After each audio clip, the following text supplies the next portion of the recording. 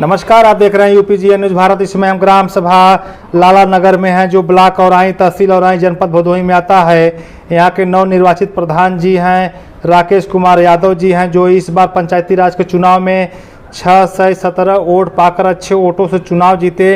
इनकी ग्राम सभा में टोटल वोट की संख्या 4750 के लगभग है और इस बार बूथ पे 2650 वोट के लगभग इनके बूथ पे वोट पड़ा था।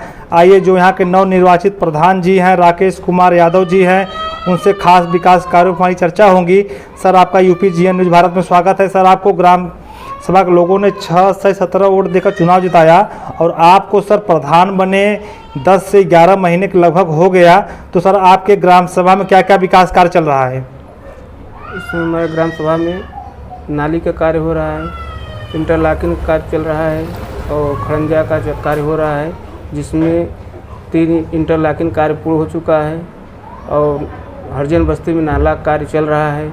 पंचायत भवन का कार्य पूर्ण हो चुका है, उसमें कुछ कार्य बाकी है और बाकी कार्य चल रहा है। जी सर, सरकार की प्रथम मंशा यह थी कि हर ग्राम सभा में सचिवालय का निर्माण हो, इसे डिजिटल मॉडल सचिवालय कहा जाता है। तो सर, आपके कार्यकाल में नया बन रहा है कि पहले से बना हुआ था?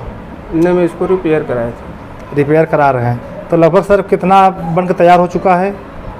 पूर्ण हो चुका है, बस सिस्टम लगना बाकी है, बाकी कार्य पूर्ण हो गया है। लगभग 90-95% तैयार हो चुका है। जी जी जी सर, सामुदायिक शौचालय की क्या स्थिति है ग्राम सभा में?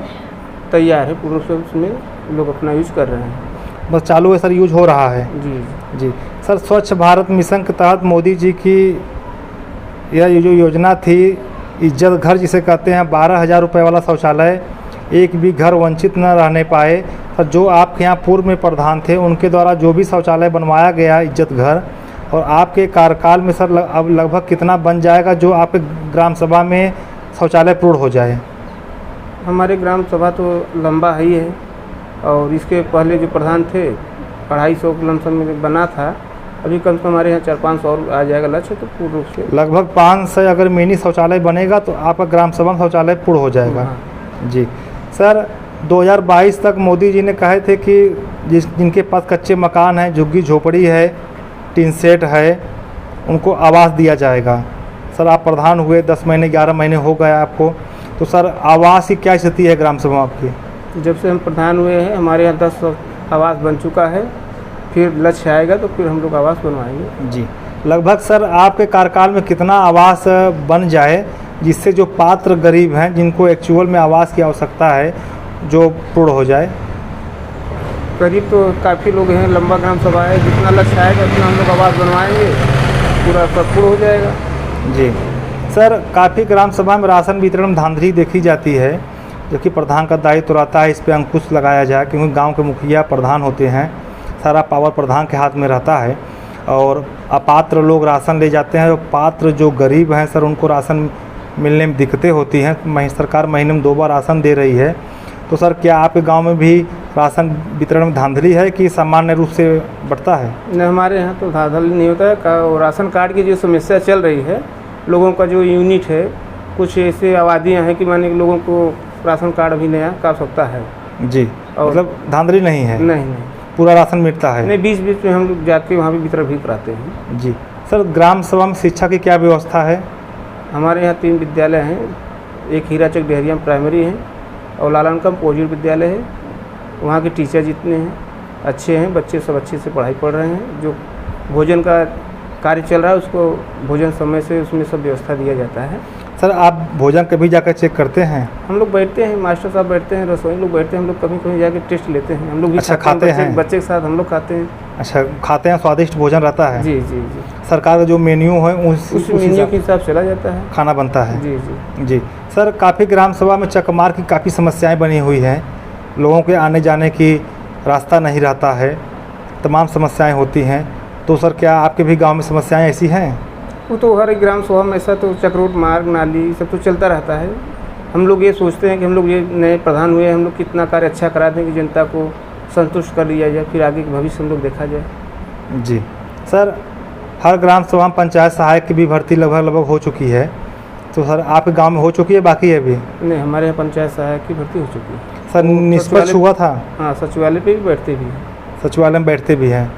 जी उनकी जो वैकेंसी सर हुई थी मेरिट के हिसाब से निष्पक्ष हुआ था कि उसमें कुछ नहीं, मेरिट भी हुआ था, एकदम निष्पक्ष हुआ था, खुली बैठक भी हुआ था, उसमें अच्छा। कोई धांधली नहीं थी। जी, उसमें कोई धांधली नहीं की गई थी, नहीं। पक्षपात नहीं किया गया था। नहीं, किसी बात की नहीं। जी सर, वृद्धा पेंशन, विधवा पेंशन, विकलांग पेंशन, सरकार पेंशन 1000 महीने की गरीबों को दे रही है और सारा दायित्व तो प्रधान जी का रहता है कि जिनका पेंशन नहीं बना है उनका पेंशन प्रधान जी के माध्यम से बने। इसीलिए सरकार पंचायत सहायक की भी भर्ती की गई है हर ग्राम सभा में, ताकि लोगों का फॉर्म को ब्लॉक तहसील मुख्यालय न जाना पड़े, लोगों को परेशानियों का सामना गरीबों को न उठाना पड़े।